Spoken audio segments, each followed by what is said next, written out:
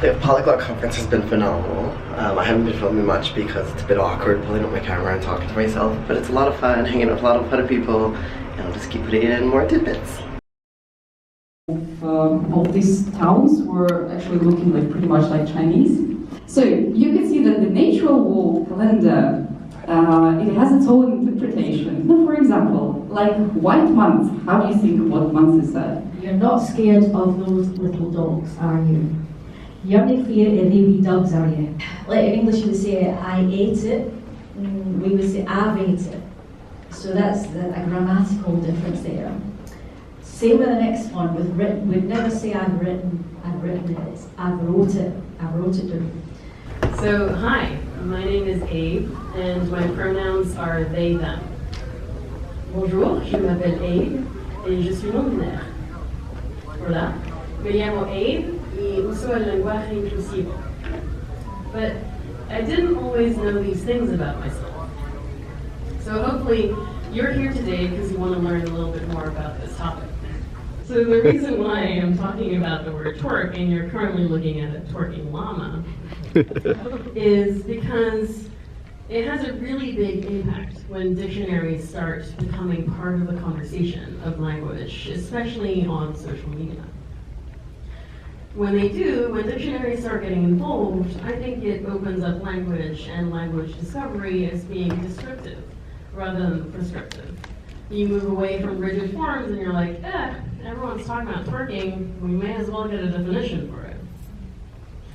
I think it kind of demonstrates the growth and evolution of language in a very public forum, which makes it, again, kind of a cyclical nature. It's public, it gets shared further, it becomes even bigger, it becomes a bigger word that's used by more people. In Japan, and yes, daijoubi tte nani? So, in Afrikaans, if you want to make something diminutive or cute, you can add like an e or an is at the end, so, or a ki. So Lindy would become Lindy ki to make it cute. So daijoubu means like, are you okay in Japanese? But my mom has created her own, I call it Afrikaans Japanese. And whenever she wants to ask me if I'm okay, whatever language we're in, she will say daijobis. But high school was an experimental time for me. When people were out drinking and partying, I was like, I want to study languages. What are the most interesting languages I can find? And let's turn to YouTube again and see what people say. I'm so curious where you're from. Your accent is so interesting. You sound American, but Aussie, but British. You sound like a mixture of Irish and Northeast English. I can't detect a South African accent at all. I have the same facial expression as Scotty over here. I'm very confused. I was just going to have to learn to be really rude. So I was really rude to everyone, and they were rude back. We never had a fight, we never hit each other, so it was probably fun. And then one day, a friend of mine who'd grown up in Russia but lived in the UK and then studied with me at university came to visit her grandparents in Moscow, and I took the 4-hour train to Moscow to hang out with her.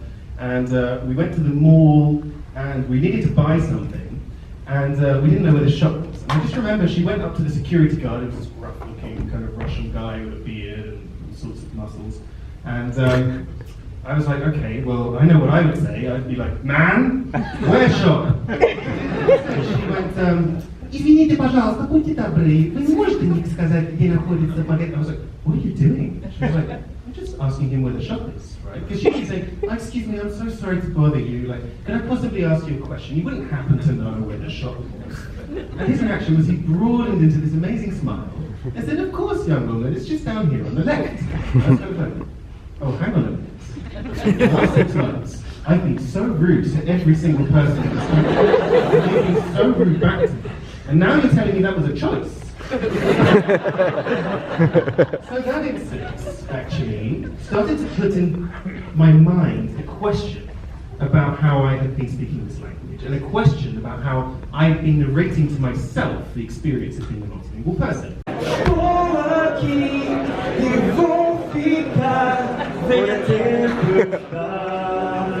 2020, October.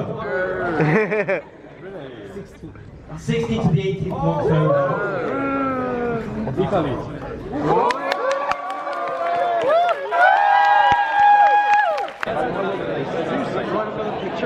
What? Another picture of us? Yeah, okay.